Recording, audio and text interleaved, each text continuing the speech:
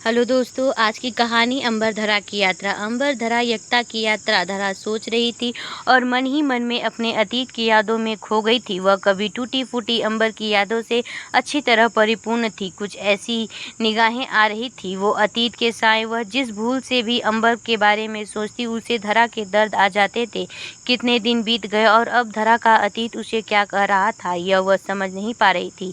खैर, उसका अतीत का दौर जब भी चलता है तो उसे कितनी ही बार यह स्थायी लगता है कि क्या अंबर धरा एक हो पाएंगे, क्या अंबर और धरा एक हो सकते हैं। करीब 50 साल बीत चुके थे जब धरा ने अंबर को छोड़ दिया था।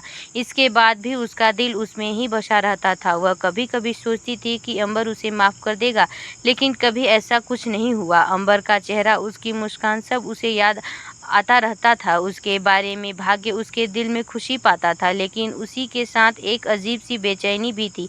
धरा काफ़ी परेशान थी। फिर एक दिन धरा ने सोचा कि अब वह और देर नहीं कर सकती। वह अंबर के पास जाकर सब कुछ साफ कर देगा।